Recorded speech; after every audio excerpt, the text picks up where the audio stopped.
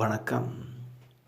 இது எஃப்னா தமிழ் டிவியின் ஊடாக குவைத்திலிருந்து கிடைக்கப்பெற்ற இன்றைய விசேட செய்திகள். டூரிஸ்ட் விசாக்கள் 53 நாட்டினருக்கு ஒன்லைனில் வழங்கப்படும். பார்வையாளர் விசாக்கள் 53 நாட்டினருக்கு ஒன்லைனில் வழங்கப்படும் என்றும் விசா அமைப்பின் மூலம் ஒன்லைனில் விசா வழங்கப்படும் நாடுகளின் பட்டியலில் இந்தியா சேர்க்கப்படவில்லை. அதே சமயம் ஜிசிசி நாட்டில் எந்த நாட்டிலும் 6 மாத கால தாமதம் ஏற்படுவதாகவும் பல வெளிநாடுகளில் தேர்ந்தெடுக்கப்படும் பதவியில் பணியாற்றினார் அவர்களுக்கு வாய்ப்புகள் கிடைக்கும் என்றும் சொல்லப்படுகின்றது.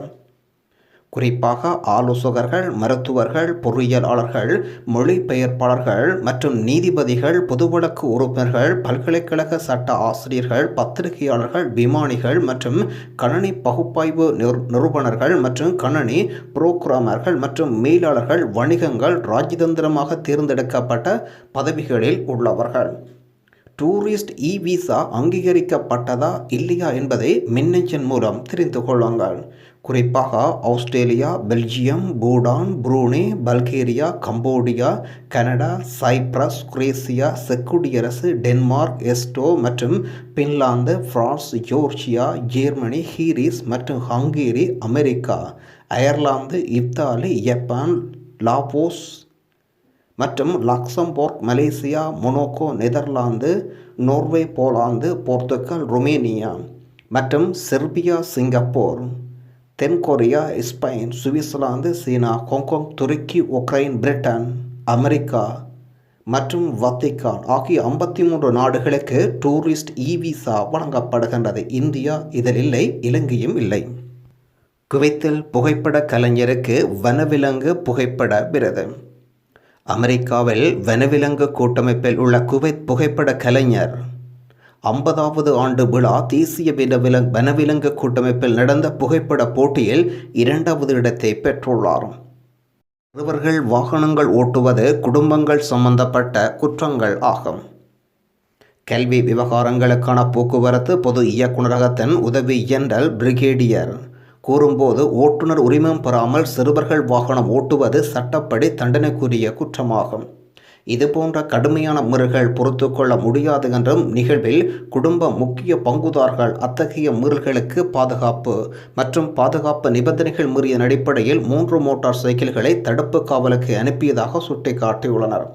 12 வாகனங்களை பொது போக்குவரத்து துறையினர் போக்குவரத்து போலீசார் பரிந்துரைத்ததாகவும், 312 போக்குவரத்து விதிமுறைகள் மீறப்பட்டதாகவும், 12 வாகனங்கள், 3 மோட்டார் சைக்கிள்கள் கைப்பற்றப்பட்டுள்ளன. குறிப்பாக சிறுவர்களே அதிகளவு விதிமீறல்கள் ஈடுபடுவதாகவும், சிறுவர்கள் வாகனம் தொடர்பான விதிமீறல்கள் ஈடுபடும் சந்தர்ப்பங்களில் இது குடும்பங்கள் சம்பந்தப்பட்ட குற்றமாக இனி பதிவு செய்யப்படும் என்ற செய்தியையும் சொல்லியிருக்கின்றார்கள். புதிய வைரஸ் விவகாரத்தை எதிர்கொள்வதற்கான நடவடிக்கை குறித்து விவாதிக்க அவசர கூட்டம். குறிப்பாக தென்னாப்பிரிக்காவில் புதிய வைரஸ் தொற்றொன்று இனங்காணப்பட்டுள்ளது.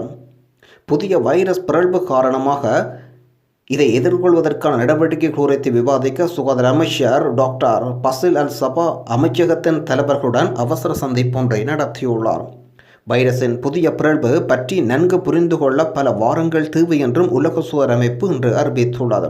வைரஸின் புதிய மாற்றப்பட்ட பாதிப்பை பற்றிய தகவல்களை நாடுகளுடன் பகிர்ந்து கொள்வோம், மேலும் அதற்குள்ள நடவடிக்கை எடுக்குமாறும் அவர் கேட்டுக்கொண்டிருக்கின்றார். 60 வயதிற்கு மேற்பட்ட வெளிநாட்டவர்கள் வருடத்துக்கு 1000 தினார் குடியிருப்பு புதுப்பித்தல் கட்டணம் செலுத்த வேண்டும். 60 வயதிற்கு மேற்பட்ட மேல்நிலைப்பள்ளி சான்றிதழ் மற்றும் அதற்கு கீழே உள்ள வெளிநாட்டவர் பற்றிய ஒரு புதிய வளர்ச்சியில் பணி அனுமதி புதுப்பிப்பதற்கு 500 தினார் கட்டணம் விதிக்க மனிதவள பொது ஆணையகத்தின் இயக்குநர் குழுவின் முடிவில் சட்டபூர்வ தன்மையை பத்பா மற்றும் சட்டம் உறுதிப்படுத்தியுள்ளது. இந்த முடிவில் நிலுவையில் உள்ளதாகவும், இந்த கட்டணத்தை கூடுதலாக 500 தினாராக உயர்த்துவது குறித்து பரிசீலித்து வருவதாகவும் தகவல் வெளியிடப்பட்டுள்ளன. காப்பீட்டு நிறுவனங்கள், வர்த்தகம், தொழில்துறை அமைச்சு அதிகாரிகள் இடையே நடந்த விவாதத்தில் தனியார் காப்பீட்டு பாலிசியில் கட்டணம் ஒன்றுக்கு 500 தினார் தொடக்கம் 580 தினார் வரை இருக்கும் என்றும், 60 மற்றும் அதற்கு மேற்பட்ட வெளிநாட்டவருக்கான காப்பீடு உள்பட பணி அனுமதி சீட்டை வழங்குவதற்கான செலவு 1000 தினாராக இருக்கும் என்றும் எதிர்பார்க்கப்படுகின்றது. இன்சூரன்ஸ் தேவைகளில் அடிப்படையில் 60களில் வெளிநாட்டவர்களுக்கு பொருத்தமான சட்டத்துக்கான இறுதிக்கட்ட பணிகள் நடைபெற்று வருகின்றன. பத்வா வாரியத்தின் முடிவு சில சமூகங்கள் குழுக்களை பணி அனுமதி புதுப்பித்தல் கட்டணத்தை செலுத்துவதிலிருந்து விலக்குவது தொடர்பான கருத்தையும் உள்ளடக்கும் என்றும் எதிர்பார்க்கப்படுகின்றது. நாட்டில் வைரஸ் பெருந்தொற்றின் வீழ்ச்சியை அடுத்து அனைத்து மாநில அதிகாரிகளுக்கும் முழு திறனுடன் பணிக்கு திரும்பியதைத் தொடர்ந்து அரசாங்கத்தின் நிர்வாகத்துறையைச் சேர்ந்த சில ஊழியர்கள் வேலைநிறுத்தை திருடுவது மற்றும் கையொப்பம் விடுவது கவனிக்கப்பட்டிருக்கின்றது.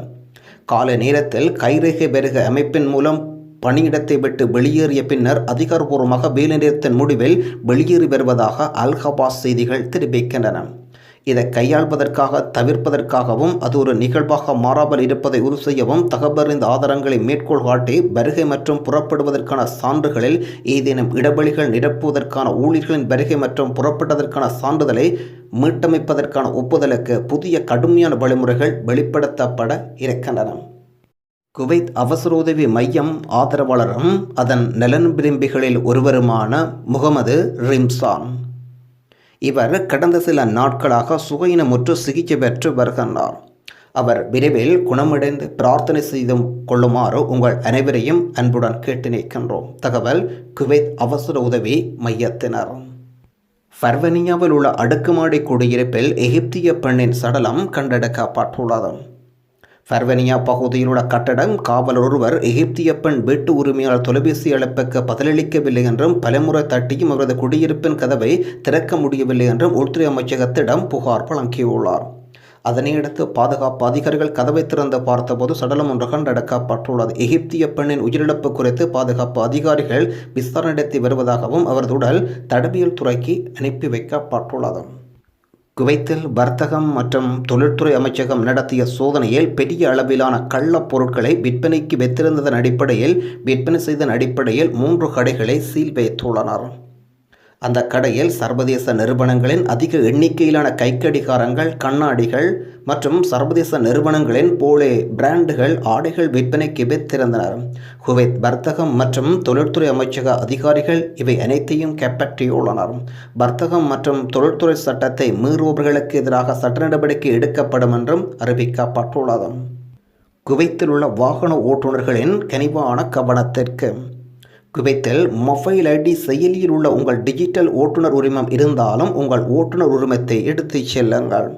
குவைத்தில் மொபைல் ஐடி செயலியில் ஓட்டுநர் உரிமத்தை பதிவிறக்கம் செய்திருந்தாலும் அசல் ஓட்டுநர் உரிமம் இல்லாமல் வாகனம் ஓட்டுவது சட்டப்படி குற்றம் என்று அதிகாரிகள் தெளிவுபடுத்தியுள்ளனர். குவைத்தில் மொபைல் ஐடி பயன்பாட்டுள்ள டிஜிட்டல் வாகன ஓட்டுநர் உரிமத்தை அதிகாரிகளின் சோதனையின் போது வழங்குவது சட்டத்தை மீறுவது ஆகும்.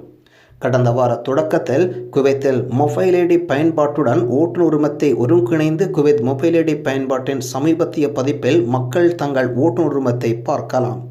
அசல் ஓட்டுநர் உரிமம் இல்லாமல் மின்னணு அடிப்படையில் குவைத் மொபைல் ஐடி விண்ணப்பத்தின் மூலம் டிஜிட்டல் ஓட்டுநர் உரிமத்தை சோதனையின் போது காண்பித்து ஓட்டுநரிடம் அதிகாரிகள் பல போக்குவரத்து விதிமீறல் வழக்குகளை பதிவு செய்துள்ளதாக அறிக்கை கூறுகின்றன. சிவில் ஐடி போல் இல்லாமல் டிஜிட்டல் ஓட்டுநர் உரிமத்தை ஒரிஜினல் லைசன்ஸுக்கு மாற்றாக ஏற்றுக்கொள்வதற்காக அரசாங்க முடிவு அல்லது சட்ட திருத்தம் எதுவும் இல்லை என்றும் டிஜிட்டல் ஓட்டுநர் உரிமத்தை அதிகாரப்பூர்வமாக அங்கீகரிக்க குவைத் அமைச்சரவின் ஒப்புதல் தேவை என்றும் தெரிவிக்கப்பட்டுள்ளன. இந்தியாவில் வைரஸ் பரவல் காரணமாக கடந்த 1.5 வருடங்களுக்கு மேலாக நிறுத்தி வைக்கப்பட்ட விமான சேவைகள் மீண்டும் இயக்கத்துக்கு வந்திருக்கின்றது.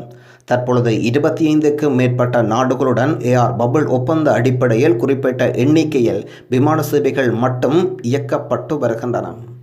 குவைத்தின் இன்றைய நாணய பெறுமதிகள் இந்திய ரூபாவில் 244 ரூபா, இலங்கை ரூபாவில் 654 ரூபா. நீங்கள் அனுப்பும் எக்ஸ்சேஞ்ச் நிறுவனங்கள் மற்றும் வங்கிகளை பொறுத்து இதில் தரப்படுகின்ற பெறுமதிகளில் சிறு மாற்றங்கள் உண்டு. இவருடைய சிவில் ஐடி தொலைந்துவிட்டது.